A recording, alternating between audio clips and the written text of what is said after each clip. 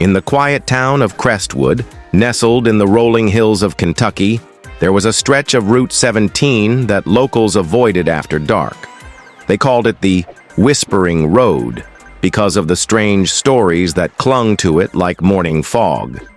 People said if you drove alone past midnight, you might pick up more than just a chill. One foggy October night, Jake, a college student heading home from a late shift at the diner, was cruising down Route 17. His old pickup rattled along, the radio crackling with static. It was 12:03 a.m., and the world felt eerily still. As he rounded a bend, his headlights caught a figure standing by the road, thumb out, head bowed. A hitchhiker. Jake slowed down. The guy looked ordinary. Faded jacket, worn boots, maybe in his 30s. Against his better judgment, Jake pulled over. "Where you headed?" he asked, rolling down the window. "Just up the road a bit," the man said, his voice soft but clear. He climbed in, bringing a faint smell of damp earth. His name was Tom, or so he said. Jake noticed his hands, calloused with dirt under the nails like he'd been digging.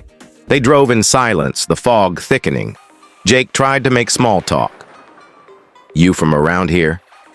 "Used to be," Tom replied, staring out the window. "Long time ago." The air in the cab grew heavy, and Jake's skin prickled. He glanced at Tom, whose face seemed off in the dim light. Too pale, maybe. Or was it the fog playing tricks? "So, where exactly you going?" Jake asked, gripping the wheel tighter.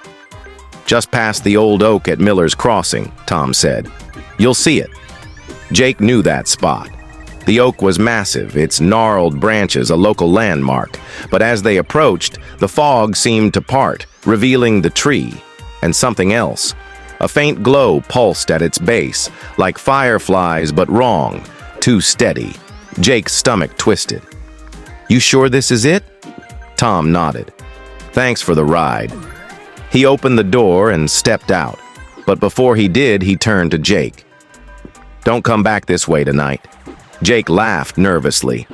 Wasn't planning to, but Tom's eyes, dark, almost hollow, held no humor.